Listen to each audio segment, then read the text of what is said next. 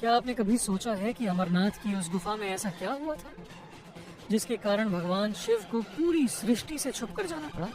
क्या वजह थी कि उन्होंने अपने सबसे प्रिय नंदी, चंद्रमा, नाग और यहाँ तक कि अपने पुत्र गणेश को भी रास्ते में छोड़ दिया? और आखिर वो कौन सा रहस्य था जिसे सुनकर दो साधारण कबूतर अमर हो गए? अगर कालाग्नि के बाद अमरनाथ की गुफा में कोई भी जीवित नहीं बचा था, तो फिर वो दो कबूतर आज तक जिंदा कैसे हैं? अगर बूटा मलिक को वह साधु नहीं मिलता, तो क्या आज अमरनाथ गुफा दुनिया के सामने आती? अमरनाथ गुफा में बनने वाला बर्फ का शिवलिंग क्या सच में भगवान शिव का चमत्कार है? क्या ये सिर्फ एक कथा है या इसके पीछे छुपा है कोई गहरा विज्ञान और सच्चाई? आज इन्हीं सारे सवालों के जवाब जानने की कोशिश करेंगे आज के इस अद्भुत वीडियो।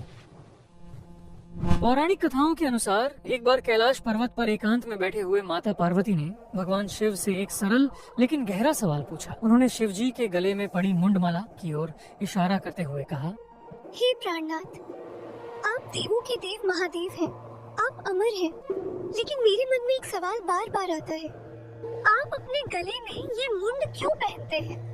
ये किसके हैं और इनका क्या महत्व है? भगवान शिव ने मुस्कुराते हुए कहा, हे देवी, ये सवाल आज तक किसी ने नहीं पूछा, लेकिन जब तुमने पूछा है तो सुनो। ये मुंड किसी और के नहीं, बल्कि तुम्हारे ही पिछले जन्मों के हैं। तुमने जितनी बार अलग अलग रूपों में जन्म लिया और फिर शरीर छोड़ा, मैंने तुम्हारी याद में उन सिरों को अपनी माला में जोड़ लिया। ये सुनकर माता पार्वती हैरान रह गई। उनके मन में एक और गहरा सवाल उठा। प्रभु, उन्होंने कहा, ऐसा क्यों है कि मैं बार बार जन्म लेती हूँ और मृत्यु हो जाती है? हर बार मुझे जन्म का कष्ट सहना पड़ता है और फिर मृत्यु का दुख झेलना पड़ता है, जबकि आप हमेशा से हैं और हमेशा रहेंगे।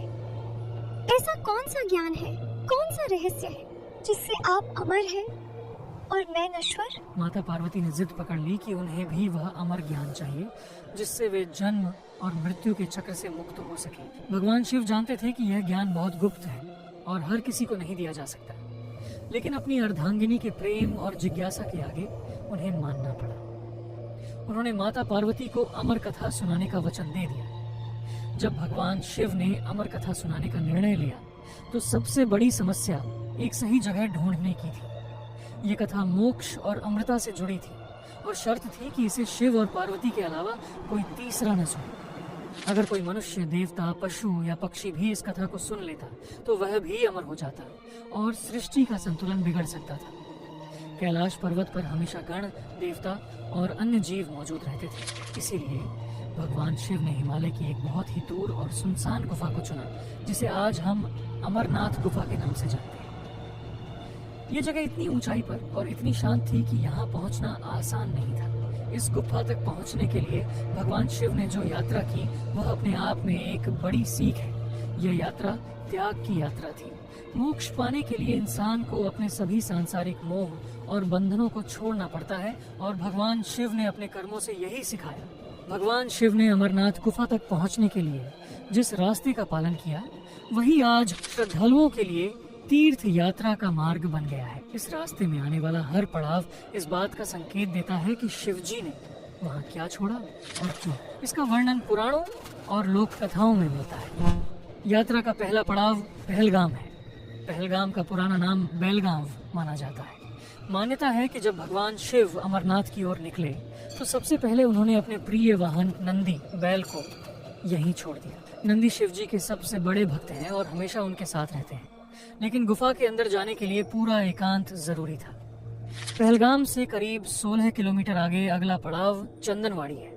भगवान शिव अपनी जटाओं में चंद्रमा को धारण करते हैं, इसीलिए उन्हें चंद्रशेखर कहा जाता है। लेकिन अमर कथा सुनाने के समय वे चंद्रमा को साथ नहीं ले जा सकते थे। चंद्रमा मन का प्रतीक माना जाता है, जो हमेशा चंचल रहता है। ज्ञान और ध्यान के लिए मन का शांत और स्थिर होना जरूरी है। इसलिए शिव जी ने चंद्रमा को अपनी जटाओं से निकालकर चंदनवाड़ी में छोड़ दिया। कहा जाता है कि इसी कारण यहाँ के वातावरण में एक अलग ही ठंडक और शांति महसूस होती है। यात्री आज भी यहाँ की मिट्टी माथे पर लगाते हैं। चंदनवाड़ी के बाद रास्ता और भी कठिन हो जाता है। इसके बाद एक बहुत ही सुंदर और गहरी नीली झील आती है, जिसे शेषनाग झील कहा जाता है। भगवान शिव के गले में हमेशा नाग देवता रहते हैं। नाग समय, काल और अहंकार का प्रतीक माने जाते हैं। अमर होने के लिए समय की सीमा से ऊपर उठना जरूरी था, इसीलिए भगवान शिव ने अपने गले के सांपों को इस झील के पास छोड़ दिया। मान्यता है कि शेषनाग आज भी इस झील में रहते हैं और भगवान शिव के आदेश का पालन करते हुए यहाँ पहरा देते हैं। कथा में जिसे शेषनाग कहा जाता है वह वास्तव में भगवान शिव के गले के वासुकी ही माने जाते हैं। उस झील का आकार और आसपास की पहाड़ियां ऐसी दिखती हैं जैसे कोई विशाल नाग लेटे हों, इसलिए लोगों ने उसे शेषनाग से जोड़ दिया, जबकि शेषनाग तो भगवान विष्णु से जुड़े माने जाते हैं। ग्रंथों में साफ साफ ये नहीं लिखा कि शिवजी ने वासुकी को ही वहां छोड़ा, लेकिन लोक कथाओं और परंपराओं में उस स्थान का नाम शेषनाग पड़ गया। शेषनाग से आगे बढ़ने पर महागुनास पर्वत आता है, जिसे महागणेश पर्वत भी कहा जाता है। ये जगह लगभग 14,000 फीट की ऊंचाई पर है। यहाँ भगवान शिव ने अपने प्रिय पुत्र गणेश जी को छोड़ दिया। गणेश जी को विघ्नहर्ता कहा जाता है, लेकिन इस यात्रा में शिव जी को अपने पुत्र के प्रति मोह का भी त्याग करना था। उन्होंने गणेश जी को वहीं रुकने के लिए कहा। यह त्याग सबसे कठिन माना जाता है, क्योंकि अपनी संतान को छोड़कर आगे बढ़ना वैराग्य की सबसे बड़ी परीक्षा है। गुफा से लगभग 6 किलोमीटर पहले पंचतरणी नाम की जगह आती है। यहाँ 5 छोटी छोटी नदियों का संगम होता है। हिंदू दर्शन के अनुसार हमारा शरीर 5 तत्वों से बना है: पृथ्वी, जल, अग्नि, वायु और आकाश। भगवान शिव इन सब तत्वों से परे हैं, लेकिन अमर कथा सुनाने के लिए उन्हें अपने साकार रूप से भी आगे जाना था। इसलिए पंचतरणी में उन्होंने इन 5 तत्वों का भी त्याग किया। यहाँ की 5 नदियाँ इन्हीं तत्वों का प्रतीक मानी जाती हैं। श्रद्धालु यहाँ स्नान करके अपने अंदर की अशुद्धियों को दूर करने की कामना करते हैं। अंत में सभी मोह, माया, रिश्तों और तत्वों को छोड़कर भगवान शिव माता पार्वती के साथ पवित्र गुफा में प्रवेश करते हैं। गुफा में प्रवेश करने के बाद शिवजी ने मृगशाला बिछाई और ध्यान की मुद्रा में बैठ गए। कथा शुरू करने से पहले उन्होंने यह सुनिश्चित करना चाहा कि अंदर कोई भी जीवित प्राणी न हो। अपनी योग शक्ति से उन्होंने कालाग्नि यानी प्रलय की अग्नि उत्पन्न की और उसे पूरी गुफा में फैला दिया। इसका उद्देश्य यह था कि अगर कहीं कोई छोटा कीड़ा मकोड़ा या जीव छिपा हो तो वह भी न बचे। शिवजी नहीं चाहते थे कि अमर कथा का रहस्य किसी और तक पहुंचे। सब कुछ सुरक्षित होने के बाद भगवान शिव ने अमर कथा सुनाना शुरू किया। ये कथा सृष्टि के रहस्य, आत्मा की अमरता और मोक्ष से जुड़ी थी। माता पार्वती ध्यान से कथा सुन रही थी और बीच बीच में हूँ हूँ कहकर यह संकेत दे रही थी कि वे सुन रही हैं। कथा बहुत गहरी और लंबी थी। भगवान शिव इतने ध्यान में डूब गए कि उन्हें बाहरी दुनिया का होश नहीं रहा। उनकी आंखें बंद हो गई, लेकिन उनके मुख से कथा लगातार चलती रही। इसी बीच कथा सुनते सुनते माता पार्वती को नींद आ गई। शायद यात्रा की थकान या माया के कारण उनके मुंह से हूँ की आवाज आनी बंद हो गई। यहीं पर एक अद्भुत घटना हुई। गुफा के एक कोने में लकड़ियों या पत्थरों के नीचे कबूतरों का एक जोड़ा था, जिसने अंडे दे रखे थे। कालाग्नि से सब कुछ जल गया, लेकिन ये अंडे किसी सुरक्षित जगह पर होने के कारण बच गए। कथा के प्रभाव और उस पवित्र वातावरण से उन अंडों में जान आ गई और उनसे बच्चे निकल आए। जब माता पार्वती सो गईं, तो उन छोटे पक्षियों ने उनकी जगह हूँ हूँ की आवाज निकालनी शुरू कर दी। चूंकि शिवजी ध्यान में थे, उन्हें लगा कि पार्वती ही सुन रही हैं और वे कथा सुनाते रहे। इस तरह पूरी अमर कथा उन पक्षियों ने भी सुन ली। जब कथा खत्म हुई और शिवजी ने आंखें खोली, तो उन्होंने देखा कि माता पार्वती तो सो रही हैं। वे हैरान रह गए। उन्होंने सोचा, अगर पार्वती सो रही थी तो फिर आवाज कौन कर रहा था? तभी उनकी नजर पास बैठे उन 2 कबूतरों पर पड़ी। शिवजी को गुस्सा आ गया। उन्हें लगा कि इन छोटे पक्षियों ने छल से वह ज्ञान पा लिया जो बड़े बड़े ऋषियों के लिए भी दुर्लभ है। वे उन्हें मारने के लिए त्रिशूल उठाने वाले थे कि उन पक्षियों ने हमने आपके मुख से अमर कथा सुनी है। इस कथा का सार यही है कि जो इसे सुन लेता है वह अमर हो जाता है। अगर आप हमें मार देंगे तो ये कथा ही गलत साबित हो जाएगी। फिर आपके वचनों पर कौन विश्वास करेगा? शांत हो गए। उन्होंने मुस्कुराते हुए कहा, तुम सही कह रहे हो। तुमने मेरे मुख से यह ज्ञान सुना है, इसलिए मैं तुम्हें मारूंगा नहीं, बल्कि वरदान देता हूँ कि तुम इस गुफा में हमेशा शिव और शक्ति के प्रतीक बनकर रहोगे और अमर रहोगे। इसी कारण कहा जाता है कि अमरनाथ गुफा में आज भी कबूतरों का वह जोड़ा दिखाई देता है। भक्त इसे बहुत शुभ मानते हैं।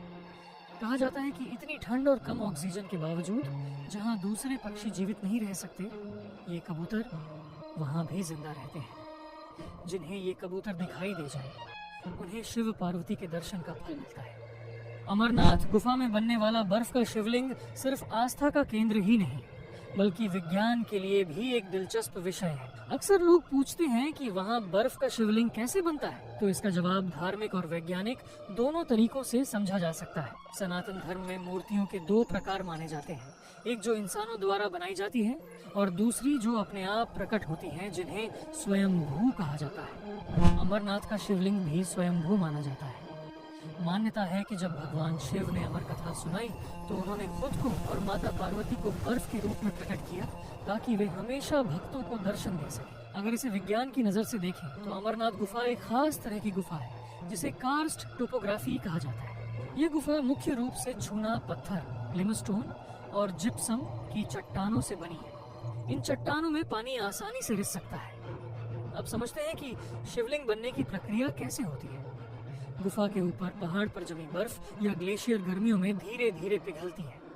ये पिघला हुआ पानी चट्टानों की छोटी छोटी दरारों से नीचे गुफा की ओर आता है। गुफा की छत से यह पानी बूंद बूंद करके नीचे टपकता है। जब पानी की बूंद नीचे गिरती है तो ठंड के कारण तुरंत जम जाती है।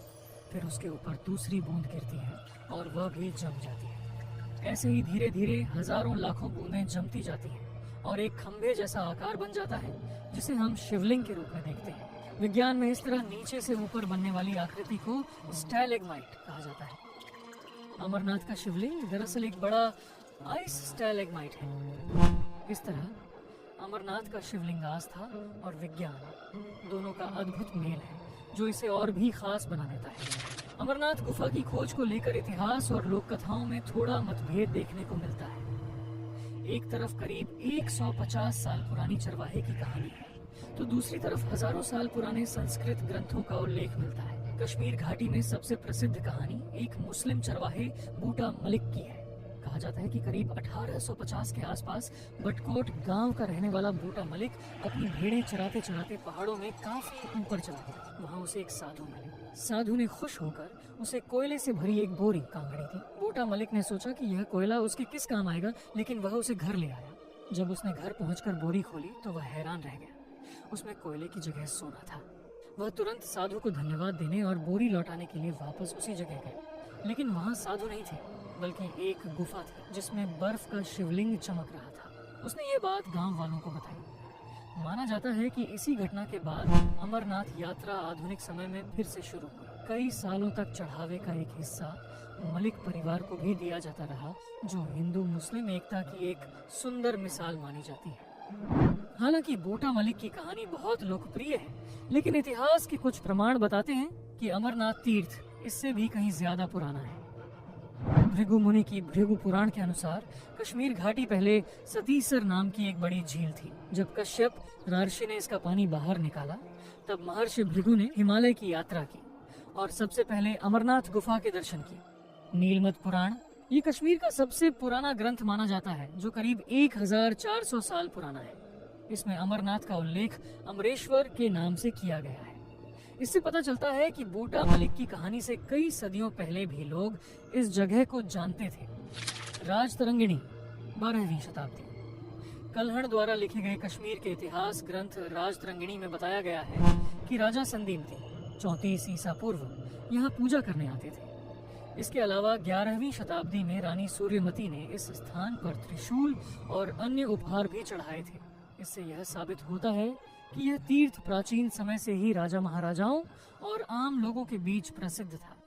विदेशी यात्रियों के वर्णन फ्रांकोइस बर्नियर, जो 1663 में औरंगजेब के साथ कश्मीर आया था, उसने भी एक ऐसी गुफा का जिक्र किया है जो अमरनाथ गुफा से मिलती जुलती लगती है। भगवान शिव की वह अमर कथा जो उन्होंने एकांत में माता पार्वती को सुनाई थी, आज भी हिमालय की हवाओं में गूंजती हुई महसूस होती है। चाहे हम इसे आस्था की नजर से देखें, जहाँ कबूतर शिव शक्ति का प्रतीक माने जाते हैं, और बर्फ का शिवलिंग साक्षात महादेव का रूप माना जाता है, या फिर विज्ञान की नजर से देखें जहां प्रकृति पानी की बूंदों से एक अद्भुत संरचना बनाती है।